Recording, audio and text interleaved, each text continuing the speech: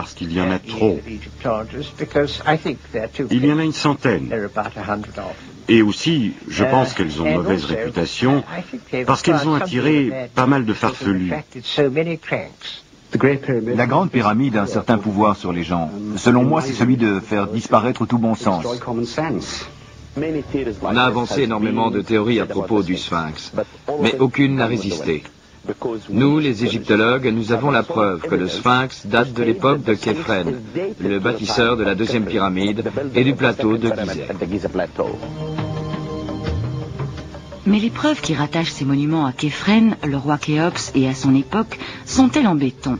Frank Domingo, expert en identification judiciaire, a comparé la seule statue connue du roi Khéops au visage du Sphinx. Les manuels d'identification judiciaire, rédigés par l'inspecteur Domingo de la police de New York, sont utilisés dans le monde entier. Il fait autorité en la matière. Après avoir vérifié toutes les mesures, les angles et les proportions, j'en suis arrivé à la conclusion que le grand sphinx de Gizeh ne représente pas la même personne que la statue du pharaon Képhren. Depuis 1993, les théories avancées par les experts sont remises en cause. Le débat est relancé, car les techniques de pointe utilisées par une nouvelle génération de chercheurs remettent en question les évidences du passé en fournissant des preuves irréfutables. Ce qui est en jeu ici, c'est l'histoire de la civilisation. Les choses ne sont pas linéaires depuis ce stupide homme des cavernes jusqu'au génie que nous sommes avec nos bombes à hydrogène et nos dentifrices à rayures. Pour moi, il ne fait aucun doute que les Égyptiens étaient les héritiers d'un antique savoir et d'une antique sagesse. C'est absurde de dire, comme le font les égyptologues, que ces monuments datent de la genèse d'une civilisation. À mon avis, ces monuments signifient la fin de quelque chose, plutôt que le début de quelque chose. Il y a la grande qualité astronomique des pyramides, l'alignement stellaire des puits. Tout nous laisse à penser que la réponse n'est pas ici-bas, mais là-haut. Contrairement aux égyptologues conventionnels, Robert Bauval et Graham Hancock ne cherchent pas des objets enfouis dans le sol. Ils utilisent un ordinateur pour reconstituer le ciel des temps passés. Regarde, c'est tout à fait surprenant. Tout l'agencement indique la date de 10 500 avant Jésus-Christ. Un autre chercheur, John West, a utilisé la géologie pour arriver à la même conclusion. Cette science indique que le grand sphinx de Gizeh a été arrosé durant de nombreux siècles par de fortes pluies. Quand ces pluies sont-elles tombées pour la dernière fois en Égypte? Plus depuis 12 000 ans. Les géologues donnent raison à John West, aux grandes dames des égyptologues. Le journaliste Paul Roberts a couvert les débats. West est un véritable cauchemar pour les experts.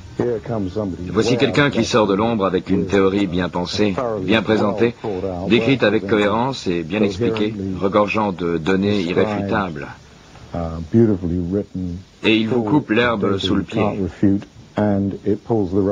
Comment les experts réagissent-ils? Ils l'ignorent, en espérant qu'il va s'en aller. Mais ce n'est pas le cas. Ce phénomène d'érosion a toujours été bien visible. Pourquoi personne n'y avait-il fait attention avant? Personne ne cherchait à le voir. C'est un peu comme quand vous cherchez des pommes de terre, vous pouvez traverser un champ rempli de diamants sans les voir. La géologie était considérée comme secondaire. Personne ne cherchait les traces d'érosion. Personne ne les trouvait.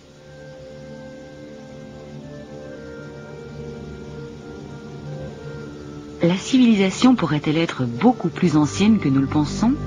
Les implications de cette théorie sont déroutantes. Une civilisation inconnue et avancée à l'âge de la pierre? Quand tout cela a-t-il commencé?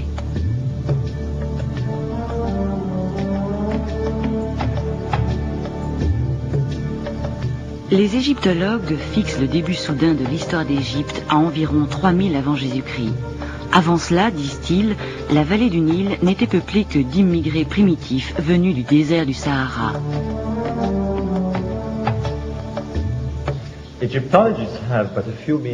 Les égyptologues n'ont que peu de moyens à leur disposition pour établir la chronologie de l'Égypte ancienne. En voici un. La liste des rois d'Abydos.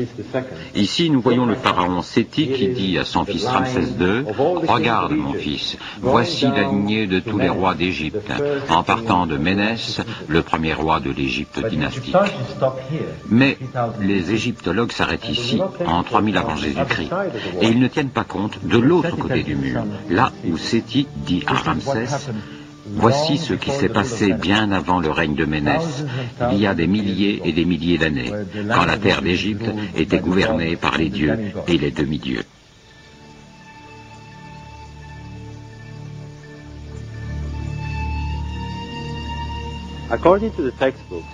Les livres d'histoire enseignent que l'Égypte vient à peine de sortir de l'âge de la pierre quand soudainement, en un tournement, elle est capable de produire ces structures énormes et parfaites. Et tout ça pourquoi? Pour couvrir le corps d'un roi défunt. Cette théorie du tombeau uniquement ne tient pas debout. En dépit de 100 ans de recherche scientifique, de nombreuses questions essentielles se posent encore. Par exemple, seuls 3 rois de la 4e dynastie de Pharaon ont érigé ces monuments le temps d'une vie. Qu'est-ce qui les a poussés à entreprendre un type de construction inédit et qui le resterait par la suite? En fait, les pyramides semblent émerger d'un trou noir dans l'histoire de l'architecture. Ces montagnes de briques en train de s'effriter datent de la 3e dynastie, ces gravats de la 5e. C'est comme si la 3e dynastie avait construit la Forté et la 4e la Porche. Puis, pour l'une ou l'autre sombre raison, la 5e dynastie en serait revenue à la bicyclette. Vraiment, ça n'a aucun sens. Les monuments de Gizeh présentent des caractéristiques inattendues. Ils sont situés avec une précision miraculeuse à cheval sur le 30e parallèle. Est-ce une simple coïncidence? Ces gens connaissaient-ils la forme et les dimensions exactes de la Terre? Tout aussi miraculeusement, ces structures gigantesques sont impeccablement alignées suivant les points cardinaux, est-ouest et nord-sud.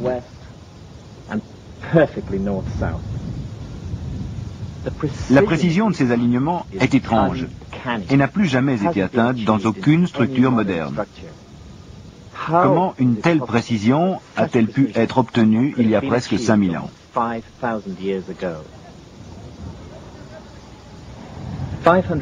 Il y a 500 ans, notre propre civilisation n'était même pas sûre que la Terre était une sphère. Ce n'est que depuis 300 ans que nous connaissons les dimensions exactes de la Terre, mais ces gens savaient.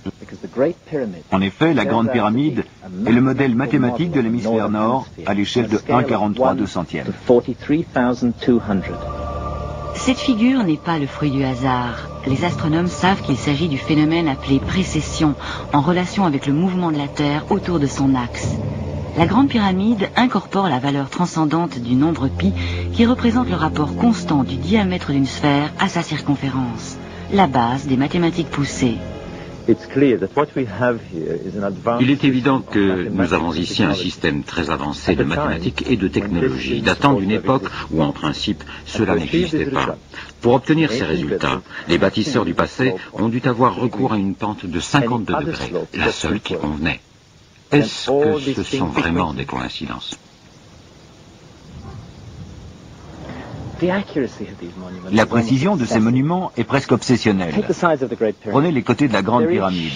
Chacun fait 227 mètres de long, et pourtant la différence moyenne de longueur entre eux n'est que d'à peine 12 cm. Cela fait 0,01%. Une telle précision est inégalée de nos jours. Difficile d'imaginer que ces monuments sont l'œuvre de primitifs tout juste sortis de l'âge de la pierre. Pour moi, ça ne fait aucun doute. Cette précision d'exécution est porteuse du message des anciens. Nous n'étions ni des fous, ni des simples d'esprit qui dansaient en face de prêtres superstitieux. Nous allons vous montrer notre savoir et notre précision. Rien n'a été fait par hasard, prenez-nous au sérieux.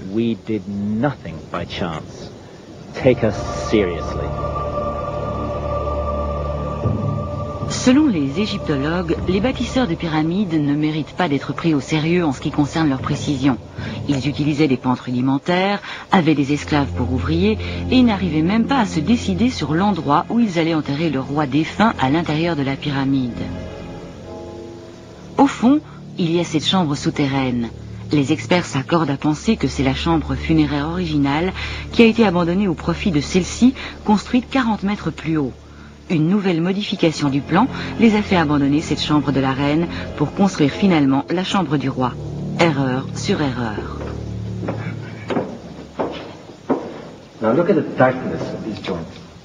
Voyez comme ces joints sont minces. Impossible d'y introduire une lame de rasoir. C'est certainement la preuve d'une technologie avancée et d'une préparation méticuleuse. Ces bâtisseurs n'utilisaient pas le travail des esclaves et ne commettaient pas d'erreurs bizarres. Et ce n'étaient sûrement pas des gens qui changeaient d'avis sur l'emplacement d'une chambre funéraire dans la pyramide. Changer le plan intérieur une fois, c'est une aberration technique. Mais le changer 2 fois, c'est tout bonnement inconcevable.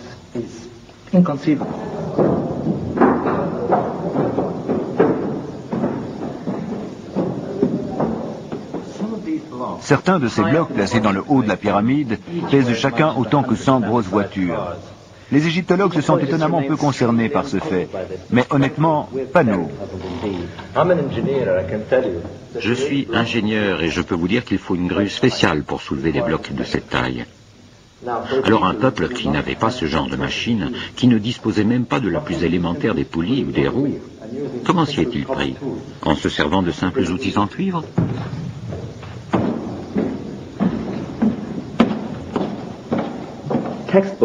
Les manuels scolaires disent que ces pyramides étaient des tombes royales comme toutes les autres. Mais à l'intérieur de Gizeh, on n'a trouvé ni momie, ni inscription, rien. En plus, certains des pharaons de la 4e dynastie ont bâti 2 pyramides. Pourquoi? Avaient-ils l'intention d'être enterrés dans 2 endroits à la fois? Et pourquoi aucun d'entre eux n'a-t-il laissé d'inscription? Pourquoi aucun d'entre eux n'a-t-il indiqué clairement à la postérité qu'il était le propriétaire des lieux? Posez-vous la question. Si vous veniez de construire le plus grand tombeau de l'histoire de l'humanité au prix de dizaines d'années d'efforts, laisseriez-vous le monde s'interroger sur votre identité? N'y aurait-il pas là autre chose qu'un simple tombeau? Cette construction pourrait-elle faire partie d'un tout autre projet?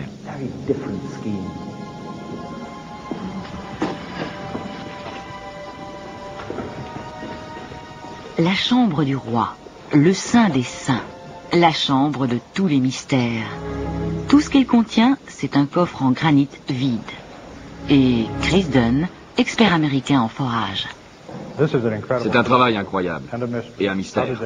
Comment ont-ils fait ça? Jadis, on se servait d'une scie à chantourner ou d'un touret et on faisait pénétrer l'outil dans la pièce à l'aide de sable ou d'un diamant.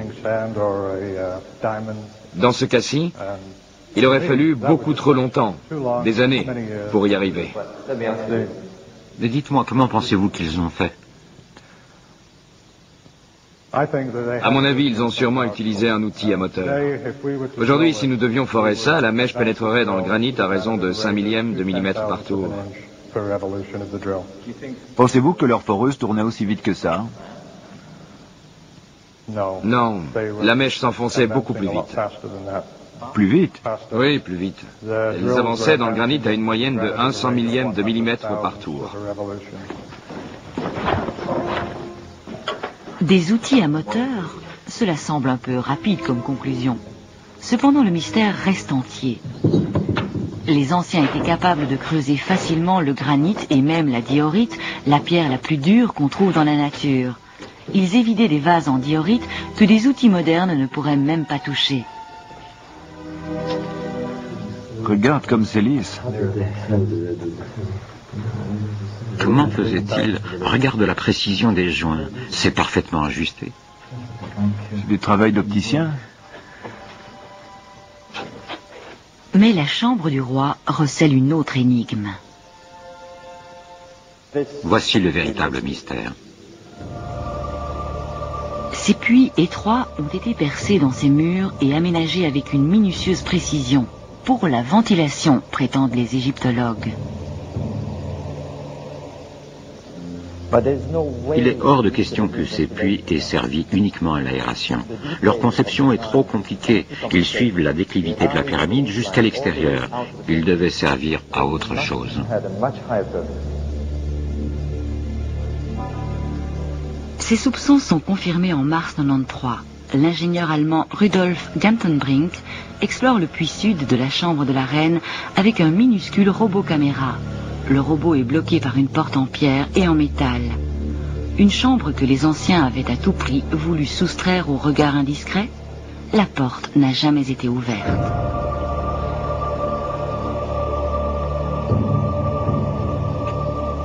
D'autres puits qui n'étaient pas obstrués s'ouvraient sur le ciel. Quelle était leur véritable utilité ? Un début de réponse est apporté dans les années 60 par des astronomes qui prouvent que les puits étaient précisément dirigés vers les étoiles.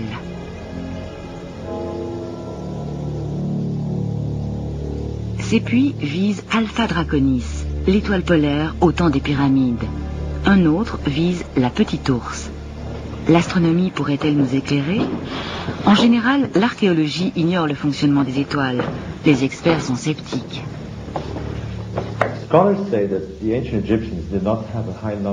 Les savants disent que les anciens Égyptiens n'avaient pas une grande connaissance de l'astronomie, mais ici, nous avons la preuve que le ciel les fascine et qu'ils le connaissent parfaitement. Voici les constellations du zodiaque, le lion, le taureau, les poissons, et voici la constellation d'Orion et l'étoile Sirius.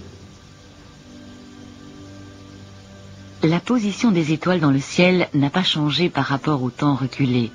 C'est dû à un phénomène appelé précession. La Terre fait un tour sur elle-même tous les jours. Mais en plus, son axe tourne en oscillant tous les 26 000 ans, comme un grand seau. Sur Terre, cette lente oscillation donne l'impression que les constellations voyagent à travers les cieux et le temps. Les égyptologues et ceux qui étudient les hiéroglyphes ignorent la précession. Mais sans cela, il est impossible de résoudre certains problèmes. C'est la précession qui est la clé du mystère des pyramides. La précession change l'altitude des étoiles que nous voyons dans le ciel toutes les nuits. Si on pouvait passer des millénaires sur Terre à regarder en l'air, on verrait les constellations se coucher et se lever tous les 26 000 ans grâce au lent mouvement de bascule de la Terre qui oscille. Cette constellation Orion était un dieu pour les Égyptiens. Cela explique peut-être pourquoi ils ont creusé les puits dans la Grande Pyramide. C'est clair qu'ils ne se sont pas donnés autant de mal pour le plaisir. Pour les anciens Égyptiens, Orion était Osiris, le dieu de la résurrection. Voici une reconstitution du ciel tel qu'il était en 2005 avant Jésus-Christ. Voyons ce qui arrive à la zone d'Orion quand elle traverse la ligne nord-sud. Le puits de la chambre du roi était dirigé vers Orion, le dieu Osiris. Et maintenant, à gauche d'Orion, ici, il y a l'étoile Sirius. Pour les anciens Égyptiens, c'était l'étoile d'Isis, l'épouse d'Orion. Et à mon grand étonnement, j'ai découvert ceci.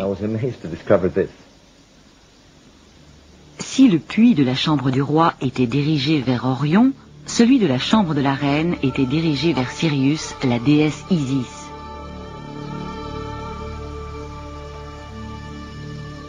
Les Égyptiens aménageaient des passages vers les étoiles, des chemins vers leurs dieux Osiris et Isis, leurs dieux de la vie après la mort et de la résurrection. Pour les anciens Égyptiens, c'est la venue d'Osiris et de sa fidèle épouse Isis, des milliers d'années avant l'aube de l'histoire, qui a annoncé la naissance de l'Égypte.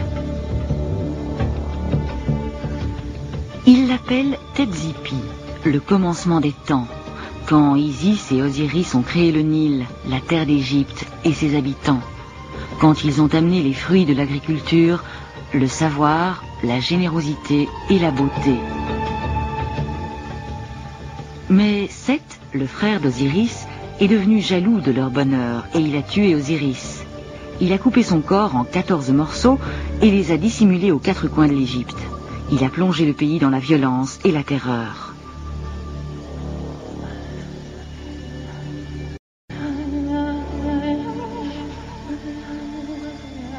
Isis, la fidèle épouse d'Osiris, a cherché partout et a réuni les morceaux du corps de son époux, les a entourés d'un linge. Il ne manquait qu'une partie de son corps, le phallus.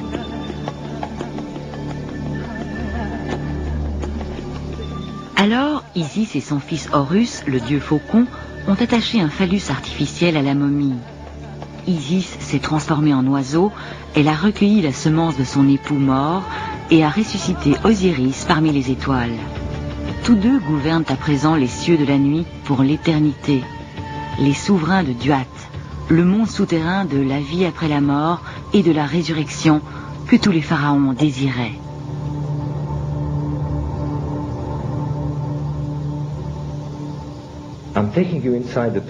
Je vous emmène à l'intérieur du tombeau d'Ounas, un des rois qui a immédiatement suivi la 4e dynastie.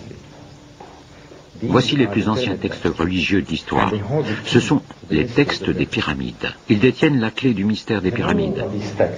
La signification de ces textes était presque oubliée parce que les égyptologues y voyaient surtout une religion du soleil. Or, ce n'est pas une religion du jour et des vivants, c'est une religion de la nuit et des morts.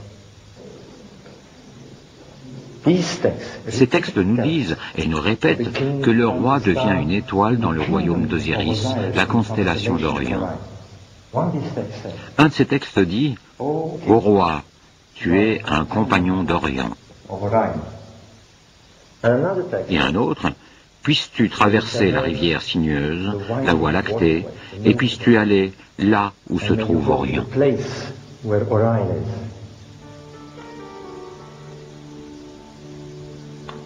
Les pharaons croyaient fermement qu'ils étaient les enfants des dieux. Pour Hancock et Beauval, c'est ici qu'on comprend l'utilité des puits. L'âme du pharaon défunt les emprunte pour rejoindre sa place parmi les étoiles. Quand un pharaon mourait, son corps était momifié et préparé comme Osiris. Son âme était alors prête à monter au ciel. Mais avant cela, le roi défunt devait transmettre son pouvoir de droit divin à son fils Horus réincarné. Cette passation de pouvoir se faisait au cours d'une cérémonie rituelle appelée « ouverture de la bouche ». On se servait d'outils rituels pour ouvrir la bouche de la momie et ainsi la ramener à la vie. Ensuite, on plaçait un phallus artificiel sur la momie et le corps du roi défunt était orienté vers l'étoile d'Isis, Sirius. C'est à ce moment-là que la déesse était fécondée.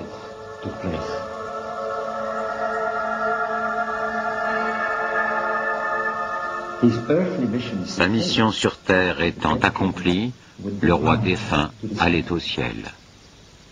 En fait, ce qu'on a ici, c'est une reconstitution du mythe de la résurrection d'Osiris, raconté en fonction des étoiles.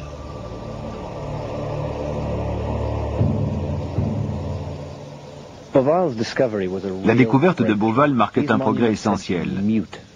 Ces monuments étaient restés muets pendant presque 5000 ans. En comprenant la signification des puits, il leur rendait la parole. Mais un autre problème surgissait. Tout ici témoigne d'un grand plan d'ensemble. Cependant, il y a quelque chose de très perturbant dans ce plan. Nous avons 3 pyramides. 2 sont de taille pratiquement identique et placées le long d'une diagonale. Mais voici le plus curieux. La 3e pyramide est beaucoup plus petite et se trouve à la gauche de cette diagonale. Pourquoi?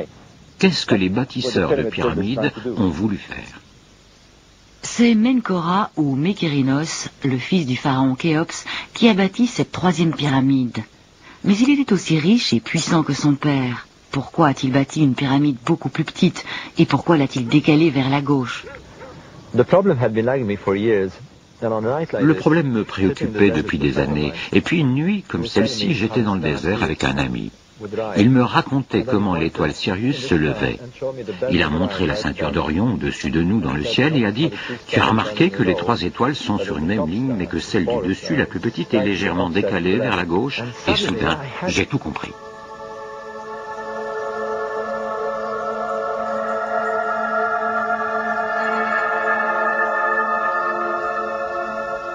Bien que phénoménale, la découverte de la corrélation entre les pyramides et la ceinture d'Orion n'était qu'un début. Beauval cherchait un plan d'ensemble. il a découvert que les anciens avaient donné des noms d'étoiles à deux autres pyramides de la 4e dynastie, l'une située à Aubourouache et l'autre à Ziwat al-Aryan. Il a alors considéré les choses globalement et a été abasourdi. La constellation d'Orion, du dieu Osiris, était présente au ciel comme sur terre. L'image était surprenante, mais il manquait quelque chose. Les Égyptiens assimilaient le Nil à la Voie lactée et les pyramides à Orion. Mais ni la Voie lactée ni Orion n'occupaient cette position en 2500 avant Jésus-Christ, quand les pyramides ont été construites. Cela ne correspondait pas à ce que Beauval avait constaté au sol. Ou alors, l'ordinateur de Beauval ne cherchait-il pas là où il fallait? Voyons les 3 étoiles de la ceinture d'Orion en rapport avec la Voie lactée. Pour que ce schéma corresponde parfaitement avec les pyramides sur Terre, il faut que le ciel se déplace légèrement dans le sens contraire des aiguilles d'une montre. Cela signifie reculer dans le temps, 3000, 4000, 5000 avant Jésus-Christ. Pour recréer le passé, il faut aussi entrer dans les mythes. Voici Osiris, le premier pharaon divin qui a régné sur la terre d'Égypte, qui est mort et a ressuscité avec l'aide de son fils Horus. Voici les dieux du commencement des temps, de Thebs-Zepi, que les Égyptiens situaient des milliers et des milliers d'années dans le passé. Mais la question est, quand était-ce? À quelle époque se situait Thebs-Zepi, le commencement des temps? À cause de la précession, les étoiles aussi ont un commencement des temps qui correspond au début de leur cycle précessionnel quand elles entament leur ascension dans le ciel. Pour Orion, le commencement des temps, c'était en 10 500 avant Jésus-Christ. C'est là que Beauval arrivait. 7000, 8000, 9, 10, 10 500 avant Jésus-Christ. C'est la bonne date. C'est absolument étonnant. Tout concorde. 10 500 avant Jésus-Christ est la bonne date. L'agencement des étoiles dans le ciel et des pyramides sur terre ramenait très précisément au commencement des temps d'Osiris, quand Orion avait entamé son ascension en 10 500 avant Jésus-Christ. Les Égyptiens essayaient-ils de montrer le début de leur mythe, leur Thebs-Zepi, le règne d'Osiris, leur premier pharaon divin, ou l'époque improbable de leur genèse, en 10 500 avant Jésus-Christ?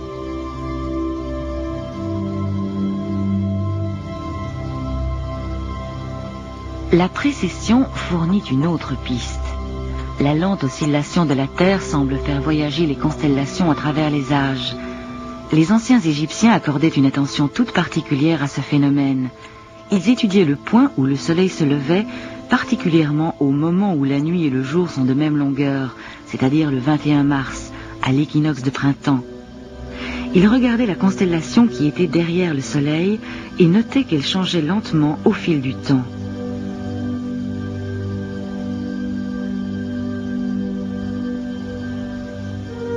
Leur grand sphinx semble avoir été érigé pour contempler ce phénomène. À peu près tous les 2000 ans, un autre signe du zodiaque apparaît derrière le soleil et définit une autre ère, une autre époque astrologique. Maintenant, les poissons, le Verseau qui émerge avant le Bélier.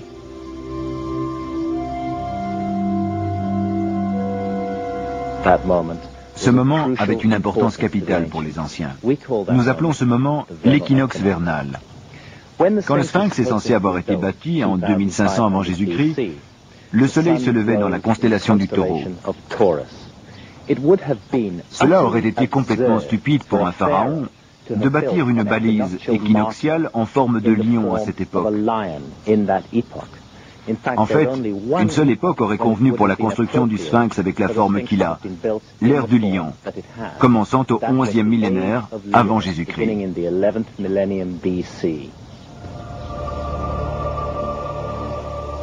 C'est là un mince faisceau d'indices qui nous ramène à la préhistoire, à l'âge de la pierre, des milliers d'années avant l'apparition supposée de toute civilisation humaine.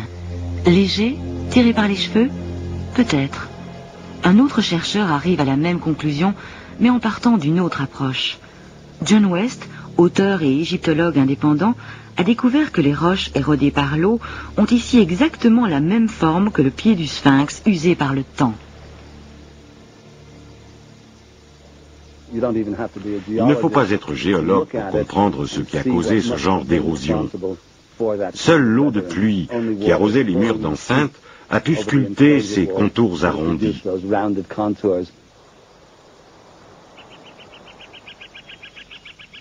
De l'eau dans le désert du Sahara? Il n'y a pour ainsi dire pas eu de pluie dans le Sahara depuis 9 ou 10 000 ans. L'âge de la pierre est difficile à dater, mais pour un géologue, l'érosion raconte l'histoire d'une roche. Voici les traces que des siècles d'exposition au vent et au sable laissent sur la pierre. Les couches les moins dures ont été balayées. C'est ce qu'on remarque partout à Gizeh. La seule exception, c'est le sphinx et les parois de la cavité dont il a été extrait.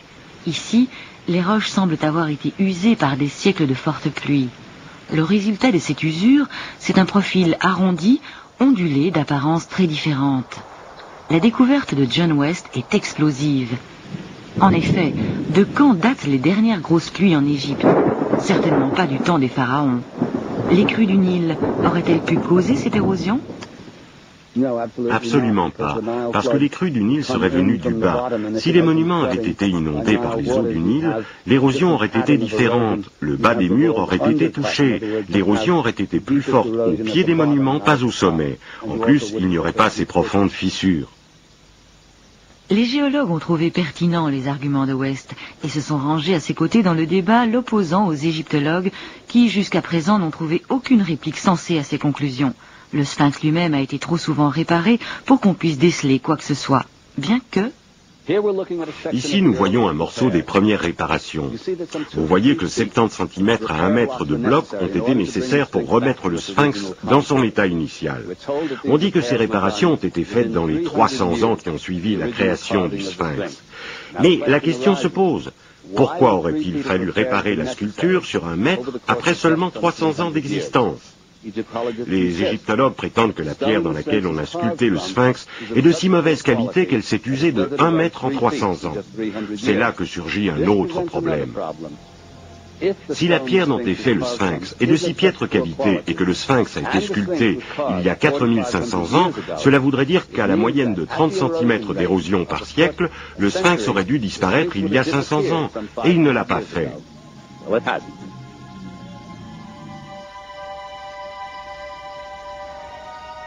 Le sphinx érodé par de fortes pluies, bien avant les pharaons et les pyramides? Quand de telles pluies ont-elles arrosé l'Égypte pour la dernière fois? Bien qu'il y ait eu d'autres longues périodes d'humidité, une seule époque est possible. Et, curieusement, cette période correspond à celle que Hancock et Bauval retrouvent dans leur archéologie astronomique. C'est le lointain commencement des temps qu'on trouve dans les anciens mythes et dans le ciel.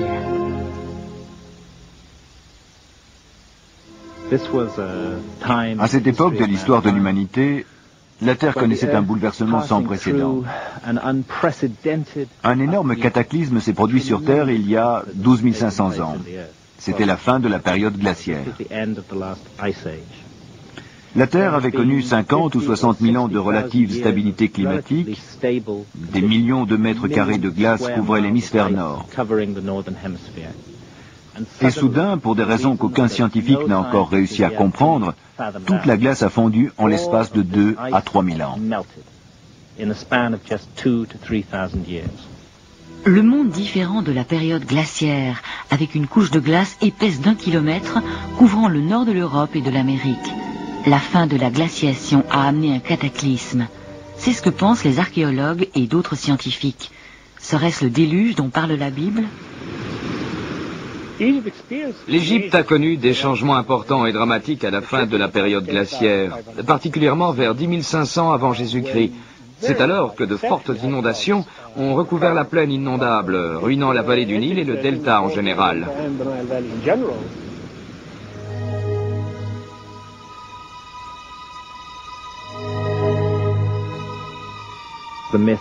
Les mythes parlent d'une civilisation qui commence à la fin d'un grand cataclysme. C'est le premier temps, la lointaine époque des dieux dont on parle dans les mythes. L'époque où tout a commencé. C'était vraiment le premier temps de l'humanité. Nos souvenirs commencent à ce moment-là. John West fait remonter le grand sphinx à la fin de cette période glaciaire. Mais pourquoi a-t-il un visage et une coiffure de pharaon? Regardez bien la tête du sphinx. Elle est en meilleur état que le corps. Même si la tête a été taillée dans une pierre calcaire beaucoup plus dure, cela n'explique pas qu'elle soit en tellement meilleur état que le corps. Et plus important encore, elle est très petite proportionnellement au corps. Vu d'en haut, le corps du sphinx est long et aplati. La tête ressemble à une tête d'épingle posée dessus. Pour nous, cela indique que la tête a été resculptée. En d'autres termes, la tête du sphinx n'est pas l'original. À un moment donné, elle a dû être refaite.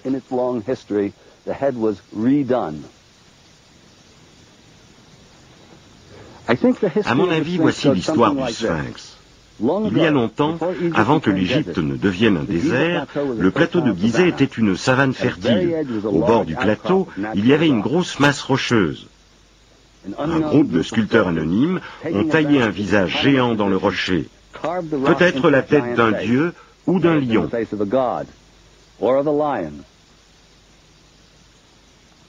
Quand le sphinx a été terminé, des centaines de gros blocs de calcaire, dont certains pesaient plus de 200 tonnes, ont été soigneusement découpés et amenés sur ce site.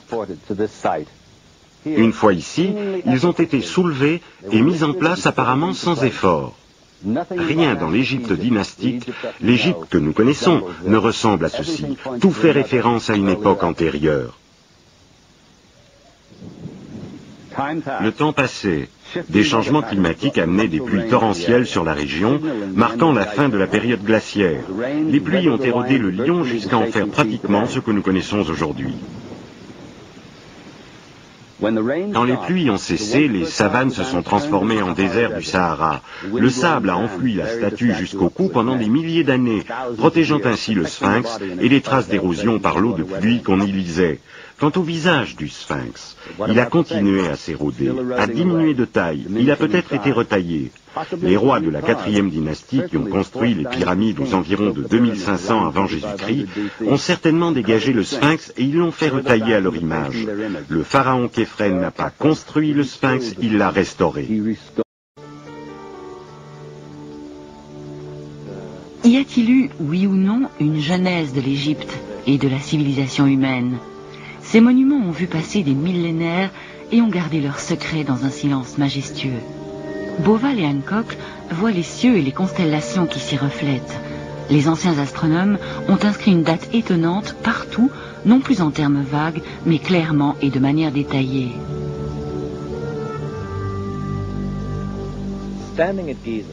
À Gizeh, les anciens astronomes étaient face à un horizon ininterrompu de 360 degrés qui les invitait à l'observation des points où le soleil et les étoiles se levaient. Une autre direction retenait aussi leur attention, la ligne nord-sud qui divisait le ciel immédiatement au-dessus de leur tête. Ils observaient les étoiles quand elles traversaient cette ligne. En 10500 avant Jésus-Christ, quand les 3 étoiles de la ceinture d'Orion traversaient cette ligne, elles le faisaient suivant un schéma qui était exactement celui des 3 pyramides au sol.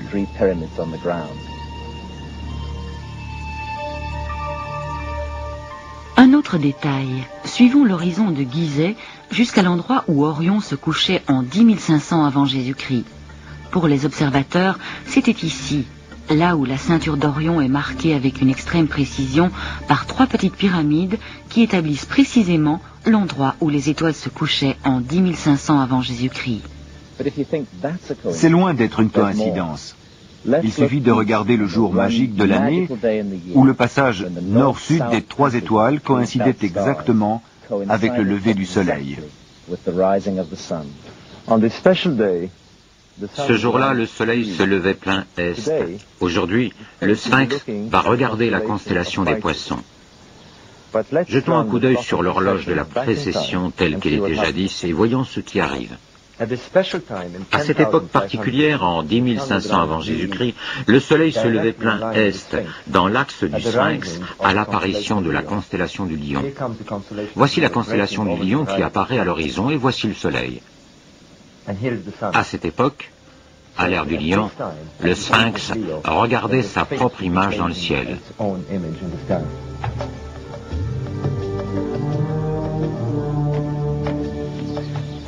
Si ça ne suffit pas à vous convaincre, il y a mieux. Pourquoi le Sphinx est-il décalé vers la droite de l'axe principal est-ouest de cette pyramide? Et pourquoi cette chaussée est-elle inclinée vers le sud? Les anciens bâtisseurs de pyramides ne faisaient rien par hasard. Quelle est donc la signification de ce décalage?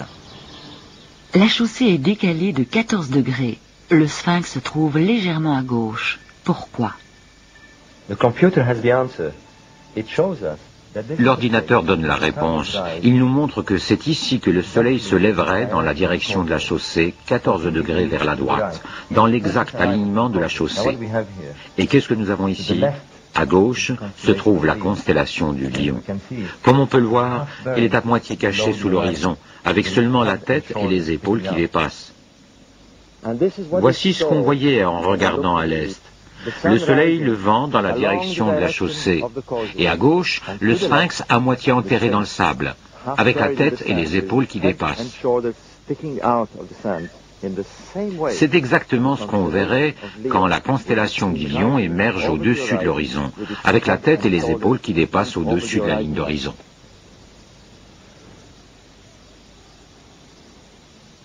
Le Sphinx et les pyramides s'associent pour former un gigantesque hologramme astronomique du ciel d'Égypte, vers 10 500 avant Jésus-Christ. Ce sont les principaux corps célestes de cette époque qui sont représentés avec une extrême précision, sous tous les angles de vision et dans toutes les directions. Quand on se souvient de l'incroyable précision avec laquelle les bâtisseurs de pyramides travaillaient, il est impossible d'imaginer qu'une telle complexité soit le fruit du hasard. Ce que nous avons ici, c'est une référence très nette à cette époque, à 10 500 avant Jésus-Christ, presque 8000 ans avant le début supposé de la civilisation égyptienne.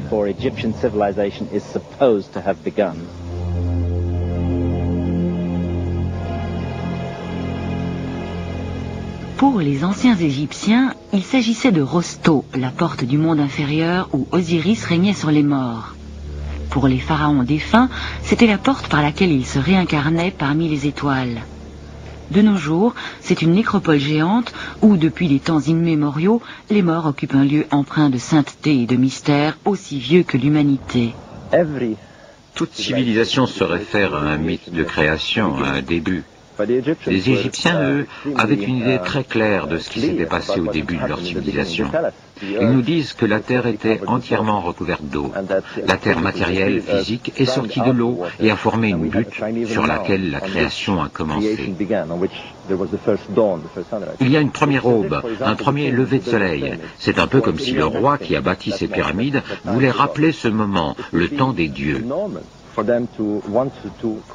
Il était normal que les rois veuillent le commémorer, l'immortaliser dans une expression grandiose. Pour moi, si but primitive il y a, c'est de Gizeh qu'il s'agit. Les textes anciens parlent de Gizeh, d'Héliopolis, comme de l'endroit de la création. Nous devrions peut-être les prendre au pied de la lettre. Ils nous disent que c'est ici que le monde a été créé. Et qui aurait-il de mieux pour commémorer ce moment fantastique de la création que des monuments tels que ceux-ci? Je crois que le Sphinx est peut-être réellement un vestige de la civilisation perdue qui existait à cet endroit il y a 12 500 ans. Nous ne prétendons pas que les pyramides ont 12 500 ans. Ce que nous disons, c'est que les pyramides évoquent cette époque lointaine. Pour moi, cela ne fait aucun doute. Les Égyptiens étaient les héritiers d'un ancien savoir et d'une ancienne sagesse. La théorie des égyptologues selon laquelle ces monuments ont été créés par une civilisation débutante est absurde. Ces monuments expriment une accumulation de connaissances et de sagesse. Pour moi, ils signifient la fin de quelque chose, pas le début de quelque chose.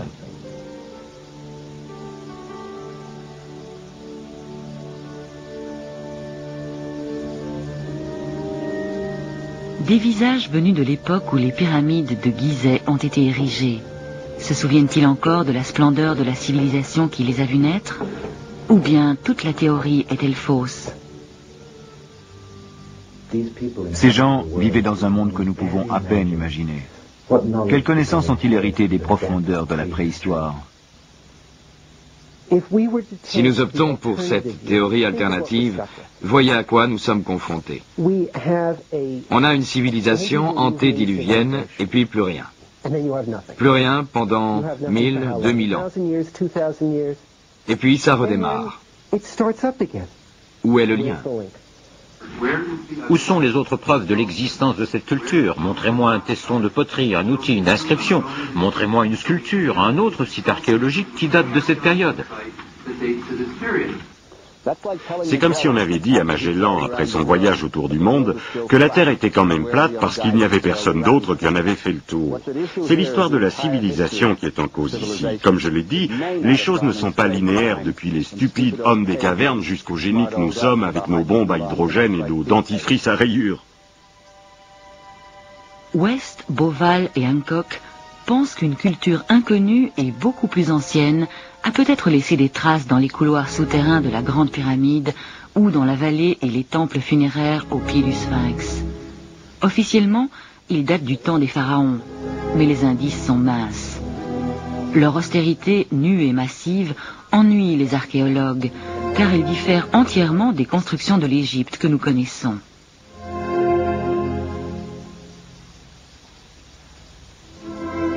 Des vestiges de ce passé ne sont-ils pas enfouis quelque part si profondément que personne ne les a trouvés jusqu'à présent? C'était le cas de cette étrange structure. Ici, à 500 km au sud de Gizeh, à l'Osirion, nous nous trouvons face à un autre de ces bâtiments énigmatiques, anonymes, qui semblent ne dater d'aucune époque connue. 1500 mètres, ou même plus, en dessous de la surface des autres temples pharaoniques des alentours. Est-il possible que ce ne soit qu'une parmi beaucoup d'autres structures de ce type enfouies dans les sables égyptiens? Des pharaons ont ajouté des bas-reliefs à ces murs, mais à l'origine, ils étaient anonymes et nus, laissés à l'interprétation libre des générations futures. Les gens aiment imaginer des choses. Vous savez, Monsieur West, Monsieur Bauval, et Monsieur X et Monsieur Z, tous ces gens viennent passer un jour ou deux sur le plateau de Gizeh. Ils en repartent avec une théorie et la publient. Il faut que cette théorie soit folle, fantastique. Parce que si on développe une théorie fantastique, on sera riche et célèbre. C'est ce qu'ont fait messieurs Bauval et West. L'argent n'a rien à voir. Je fais ces recherches depuis 20 ans sans avoir gagné un centime. Il faut aller au fond des choses. Le problème, c'est de trouver la vérité. Et pour cela, nous faisons appel à d'autres disciplines. Je ne crois pas que les égyptologues soient à la hauteur de la tâche. Venir sur un site comme celui-ci, avec une vision unidimensionnelle des choses, une perspective étroite, et prétendre qu'on peut tout interpréter, ce n'est pas rendre service à l'humanité. Parce qu'on a empêché d'autres disciplines d'utiliser leur potentiel à Gizeh.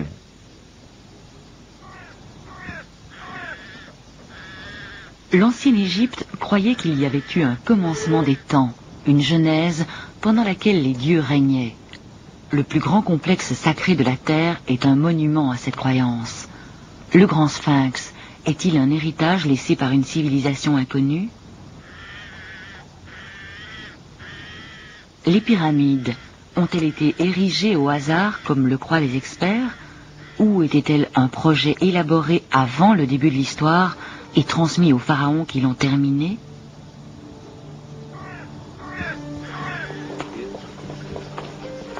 Les anciens eux-mêmes croyaient à un tel héritage, comme Bauval et Hancock aujourd'hui. Un mystérieux indice se cacherait-il dans les caves de ce musée berlinois?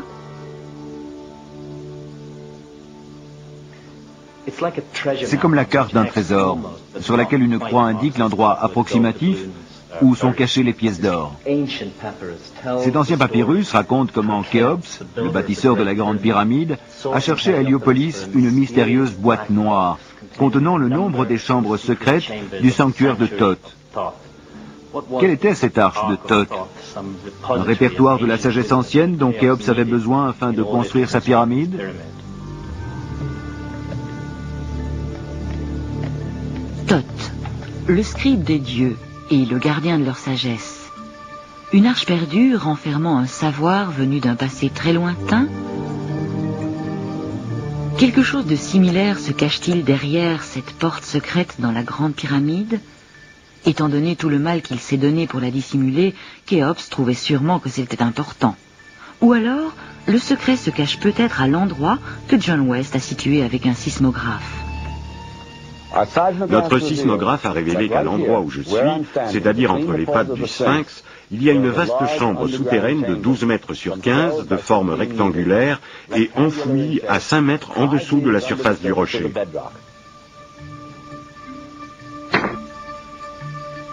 Les experts et les autorités opposent le même silence face aux limiers autodidactes qui découvrent de nouveaux indices remettant leur dogme en question. Toute recherche de chambre secrète ou d'une arche perdue symbolique est bloquée. Personne ne veut sans doute ressasser les vieilles rumeurs héritées du passé.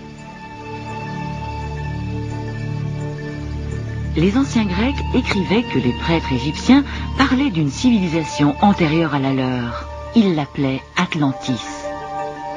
En 1945, le voyant américain Edward Cayce avait prédit sous hypnose que vers l'an 2000, on retrouverait sous les pattes du grand sphinx de Gizeh les traces d'une civilisation beaucoup plus ancienne que celle d'Égypte. Des rêves? Des fantasmes? Peut-être, mais un sismographe ne ment jamais.